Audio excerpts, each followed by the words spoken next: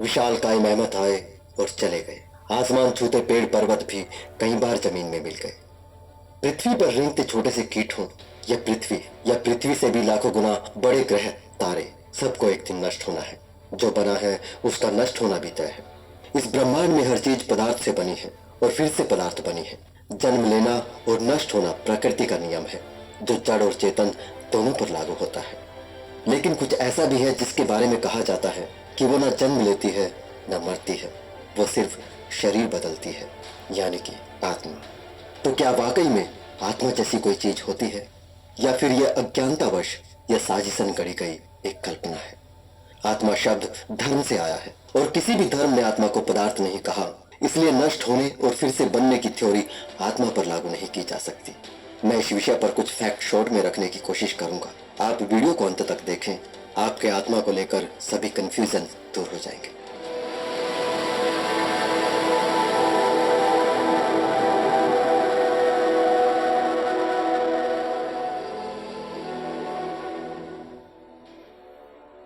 मनुष्य जब से सामाजिक प्राणी बना और जीवन का सही मूल्य जानकर उसने जीवन का उपभोग करना सीखा, तब से वह इससे अलग होने से भी डरने लगा।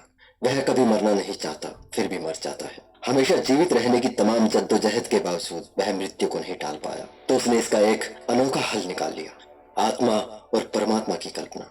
दुनिया भर के लगभग सभी धर्मों ने मरने के बाद के जीवन की कल्पनाएं दी हैं, जिसमें कहा गया मरने के बाद आत्मा स्वर्ग, नर्क या जन्नत में जाएगी या उसको अगला जन्म मिलेगा।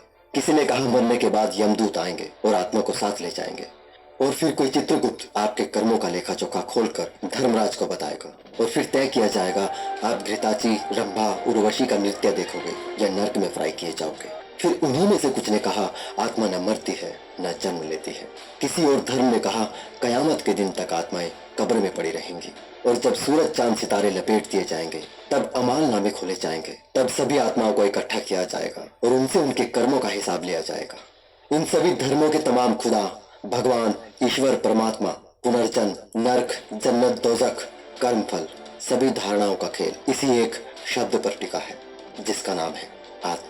आत्मा को लेकर धार्मिक मान्यताएं क्या है और क्या वो तर्क की परख पर खरी उतरती है, आइए पहले वह देखते हैं। आत्मा के बारे में भागवत गीता के अध्याय 2 20वें श्लोक में कहा गया है, यह आत्मा किसी काल में न तो जन्मता है न तो मरता ही है, तथा यह न उत्पन्न होने वाला ही है, क्योंकि यह अजन्मा, नित्य, सनातन, शाश्वत और पुरातन है। यह शरीर के मारे जाने पर भी मारा नहीं जाता। अध्याय 2 22वें श्लोक में कहा गया है, जैसे मनुष्य पुराने वस्त्रों को त्याग कर नए वस्त्र ग्रहण करता है, वैसे ही जीवात्मा पुराने शरीर को त्याग कर दूसरे शरीरों को प्राप्त होता है। अध्याय 2 के ही 23वें श्लोक में कहा गया है, यह आत्मा न तो शस्त्र से काटा जा सकता है, न ही आग के द्वारा जलाया जा सकता है, न ही जल द्वारा भिगोया जा सकता है, और न ही वायु द्वारा सुखाया जा सकता है। आत्मा शरीर में रहते हुए भी अमर है। अगर भागवत गीता की माने तो फिर कई सवालों के जवाब देने होते हैं। जैसे अगर आत्मा पर किसी चीज का कोई असर ही नहीं होता तो फिर वो नर्क में सजा और स्वर्ग में मजा कैसे ले सकती है? आत्मा के पास ना तो मस्तिष्क है, न आंखें हैं, ना ही हाथ है, न वो देख सकती है न छू सकती है। सबसे पहले तो घृताची, रंभा, उर्वशी का ख्याल दिमाग से निकाल दीजिए। उसके बाद ये बता दीजिए कि आत्मा पर किसी चीज का असर ही नहीं होता है, ये एक्सपेरिमेंट कब किया गया और कैसे किया गया? ऋषिवर ने आत्मा को किस चीज से काट कर देखा कि यह कटती नहीं है? कैसे पानी में डुबा कर देखा कि यह डूबती नहीं है? मतलब उन्होंने ये सब कैसे जाना है? उसके बाद ये बताएं, अगर आत्मा अजन्मी और पुरातन है, ये जन्म नहीं लेती, तो जनसंख्या इतनी ज्यादा कैसे बढ़ गई? जब आत्मा सिर्फ कपड़ों की तरह शरीर बदलती है तो नई आत्माएं कहां से आई? इस पर भी मैंने जवाब खोजा। कुछ खास जवाब तो मुझे नहीं मिला, लेकिन कुछ एस्ट्रल ट्रैवल की दुकान चलाने वाले बेहुदा तर्क देते नजर आए।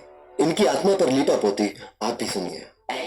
देखिए, इस बात को समझ लीजिए, बेशक इंसानों की पॉपुलेशन बढ़ रही है without any doubt, but at the same time क्या आप ये नहीं देख रहे हैं कि कितने सारे पेड़ काटे जा रहे हैं, कितनी सारी मछलियां, कितने सारे अन्य जानवर जो पहले कई कई गुना ज्यादा संख्या में हुआ करते थे, क्या उनकी संख्या में कमी नहीं आई है? ये एक चेंज ओवर हो रहा है। तो वो जो आत्माएं मरी, यानी कि माफ कीजिएगा, शरीर जो मरे, पशु का शरीर मरा, तो वो अपग्रेड होकर इंसान की जूनी में आ गया। ये संभव है। आज कितने ही पेड़ पौधे काटे जा रहे हैं, कितने ही जीव जंतु मारे जा रहे हैं, ये सब उनकी आत्माएं हैं जो आज मनुष्य के रूप में जन्म ले रहे हैं। लोग तो अपनी दुकान बचाने के चक्कर में बेसिर पैर का कुछ भी बोल सकते हैं। कोई इनसे पूछे प्रतिदिन मनुष्य अपने खाने के लिए कितने सारे चिकन मार देता है। जबरदस्ती उनकी पैदावार बढ़ाई जाती है, फिर उन्हें बेरहमी से मार दिया जाता है। नैतिकता के आधार पर तो सबसे पहले उन्हें ही मानव जीवन मिलना चाहिए। सोचिए अगर ऐसा हो तो कसाई के रूप में जन्मे चिकन्स की संख्या क्या होगी। प्रतिदिन अरबों खरबों मक्खी मच्छर मर जाते हैं। बरसात के बाद कितने ही कीट पतंगे सड़कों पर लगी लाइटों पर मंडराते हैं। कुछ ही देर में वो नेचुरल तरीके से मर जाते हैं। सुबह उनसे सड़कें भर जाती हैं। तो ये सभी आत्माएं कहाँ जाती है? कोई इन एस्ट्रल ट्रेवल करवाने वाले बाबाओं से ये भी पूछे, पेड़ पौधे भी भोजन ग्रहण करते हैं, वो भी वंश वृद्धि करते हैं, उनमें भी आप आत्माएं बता रहे हैं और उनका पुनर्जन्म भी करा रहे हैं। तो फिर जो हमारे खेतों में फसलें लहला रही हैं, बताइए क्या ये सभी जीव आत्माएं पंक्तिबद्ध खड़े होकर पुनर्जन्मों के कर्मों का फल भोग रही हैं? और जब बाढ़ आती है या सूखा पड़ता है तो क्या वो फसल के कर्मों का फल होता है? इसका मतलब तो बांध बनाकर फसल बर्बाद होने से नहीं रोकनी चाहिए। क्यों किसी के कर्म फल के रास्ते में बांध बनाया जाए? किसी परेशान किसान को ये ज्ञान मत देना प्रभु, नहीं तो आपकी आत्मा तुरंत मोक्ष को प्राप्त हो सकती है। आप ही अंदाजा लगाइए, ये सभी जीव आत्माएं अगर इंसान, हाथी, जिराफ, घोड़े बनकर जन्म ले तो इस धरती का क्या होगा? चलिए आधे घास फूस को मोक्ष भी दिला दे तो भी धरती पर पांव रखने की जगह नहीं बचेगी। और कोई बाबा ये भी बताए, अरब देशों में आबादी क्यों बढ़ रही है? वहां तो रेत ही रेत है, ज्यादा पेड़ पौधे भी नहीं है। तो क्या वहां भारत से ही आत्माएं एक्सपोर्ट की जा रही है? ये सिद्धांत तभी मान्य हो सकता था जब इस धरती पर मौजूद हर जीव, पेड़ पौधे, घास, जानवर, कीट पतंगों की संख्या बराबर होती। यहाँ तो विधाता के मास्टर प्लान की पूरी बैलेंस शीट ही गड़बड़ है। वैसे मेरे हिसाब से तो शाकाहारी शब्द ही हर जगह से हटा देना चाहिए। हर व्यक्ति रोज साग सलाद के रूप में न जाने कितनी ही आत्माएं चबा जाता है। बहरहाल अगर आत्माएं पुनर्जन्म लेती और कर्मों का फल भोगती तो आज बुराई खत्म हो जानी चाहिए थी। कोई चोरी करता है, पकड़ा जाता है, सजा पाता है। कोई किसी को मार देता है, सजा पाता है। अपने जीवन के अनमोल वर्ष कारागार में बिताता है, पछताता है, शर्मिंदा होता है। चलिए मान लेते हैं अगले जन्म में भी उसकी सजा पाता है और ये सब सृष्टि के आदि से चला रहा है। तो आप कोई भी गणित लगाएं, बुराई तो कम होनी चाहिए थी, लेकिन बुराई तो बढ़ती जा रही है। क्या ये उस विधाता के विधान, उसके मास्टर प्लान पर सवाल नहीं है? दोस्तों, इसमें कोई रॉकेट साइंस नहीं लगानी है। ये तो साधारण सी बुद्धि लगाने से भी बात समझ में आ जाती है कि क्यों उस वक्त के ऋषि मुनियों को लगा जो मरता है वही दोबारा जन्म लेता है। पहले के समय में आज जैसी मेडिकल सुविधाएं नहीं थी। जानलेवा बीमारियों से बचाव के लिए टीकाकरण जैसी सुविधाएं नहीं हुआ करती थी। एक परिवार में 10-10 बच्चे जन्म लेने के बावजूद भी उनमें से एक दो ही बचते थे। लेकिन आज आप अपने छोटे से शहर के हॉस्पिटल्स की गिनती भी करें तो संख्या हैरान करने वाली होती है। इतने सारे हॉस्पिटल चल रहे हैं, बड़ी से बड़ी बीमारी से भी लोग बचकर वापस आ जाते हैं। घातक जानलेवा बीमारियां उस वक्त भी थी, बस हमें उनका ज्ञान नहीं था, ना ही उनके इलाज थे। थी तो बस अज्ञानता और अंधविश्वास। बहुत अधिक लोग इलाज के अभाव में दम तोड़ देते थे। कहने का तात्पर्य यही है कि जब ये सब लिखा गया तब मृत्यु दर और जन्म दर लगभग बराबर थी। तो उन्हें लगा जो मरता है वही दोबारा जन्म ले रहा है। उन्होंने वही लिखा जो उन्हें लगा था। उस दौर के लिखे को ही अंतिम सत्य कहकर उसी लकीर के फकीर बने रहने में आज कोई बुद्धिमत्ता नहीं। आज मनुष्य ने मृत्यु दर तो कम कर ली है, लेकिन जागरूकता और शिक्षा के अभाव में कुछ देश जन्म दर पर कंट्रोल नहीं कर पा रहे हैं, इसलिए आबादी बढ़ती जा रही है। ईसाइयत और इस्लाम के अनुसार आत्मा को समझे तो इनमें पुनर्जन्म का कॉन्सेप्ट नहीं है, लेकिन इस्लाम की भी आत्माओं वाली अवधारणा तर्क पर नहीं ठहरती। इस्लाम में कहा गया है, न्याय के दिन कयामत के रोज सभी आत्माओं को खुदा के सामने पेश होना होगा। वहां उन्हें नया शरीर दिया जाएगा, फिर सजा दी जाएगी। इनका मानना है आत्माएं यानी रूहें कयामत तक कब्र में पड़ी रहेंगी और जब सूरज चांद सितारे लपेट दिए जाएंगे तब खुदा के सामने सभी रूहों को पेश किया जाएगा। फिर उन्हें नया शरीर यानी जिस्म दिया जाएगा, फिर सजा दी जाएगी। तो सजा किसे दी जाएगी, जिस्म को या रूह को?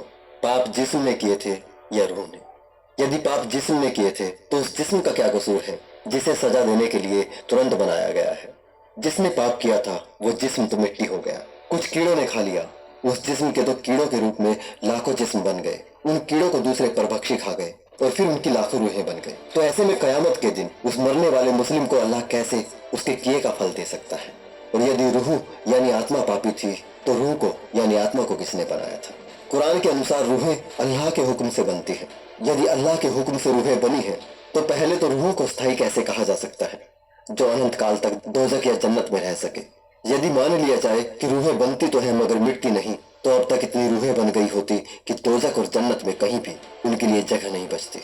फिर भी यदि मान लिया जाए कि अल्लाह मनुष्य की नई रूहें बनाता तो है और पुरानी कयामत के दिन के लिए कब्रों में पड़ी रहती है, तो अल्लाह नई रूहों को, किसी को खराब, किसी को सही, किसी को अमीर, किसी को गरीब, किसी को जालिम, किसी को सुंदर तो किसी को कुरूप, किसी को निर्बल तो किसी को बीमार क्यों बनाता है? अल्लाह ऐसा भेदभाव मनुष्य के साथ क्यों करता है, जबकि नई रूह का कोई पुराना रिकॉर्ड खराब या सही का नहीं होता। यहाँ कटघरे में अल्लाह ही खड़ा होता है। वह इंसान को भी फरिश्तों की तरह पैदा कर सकता था, जिनमें सिर्फ नेकी और अल्लाह की इबादत का ही विचार आता और बुरे विचार से लोग दूर रहते। ईसाइयत में भी थोड़े हेर फेर के साथ ऐसे ही स्वर्ग नर्क आत्माओं की कल्पनाएं हैं, लेकिन वहां के नर्क में अधिकतर लेडीज ही जाने वाली है, क्योंकि बाइबल के अनुसार मेकअप करने वाली और आईब्रो बनाने वाली महिलाओं को नर्क में सांप और बिच्छुओं से श्रृंगार करना होगा। अब मजे की बात सुनिए, सबसे ज्यादा अल्लाह के करीब कौन? मौलवी। सबसे ज्यादा परमेश्वर के पास कौन? पादरी। सबसे ज्यादा ईश्वर के करीब कौन? कोई पंडा, पुजारी या अध्यात्मवादी ही हो सकता है ना। ये सभी लोग जन्नत, हेवन, स्वर्ग की सभी टर्म एंड कंडीशन पूरी करते हैं, तो फिर ये राजी खुशी निकल क्यों नहीं लेते? इनके किसी कथा पंडाल में इनसे ये सवाल जरूर कीजिएगा। और जितने भी मेरे अजीज दोस्त खुद को आस्तिक कहते हैं, उनसे मैं ये पूछना चाहता हूँ कि आप तो स्वर्ग नर्क में यकीन करते हैं, तो फिर क्या आप भी वहां जाना चाहोगे? यहाँ इस क्षणिक मिथ्या नाशवान संसार में आप क्या कर रहे हैं? जब आप बीमार होते हैं तो इलाज क्यों करवाते हैं? आप बड़े से बड़े डॉक्टर के पास क्यों भागते हैं? वो तो आपकी जन्नत स्वर्ग की तैयारी होती है। फरिश्तों को, यमदूतों को इतना इंतजार क्यों करवाते हैं?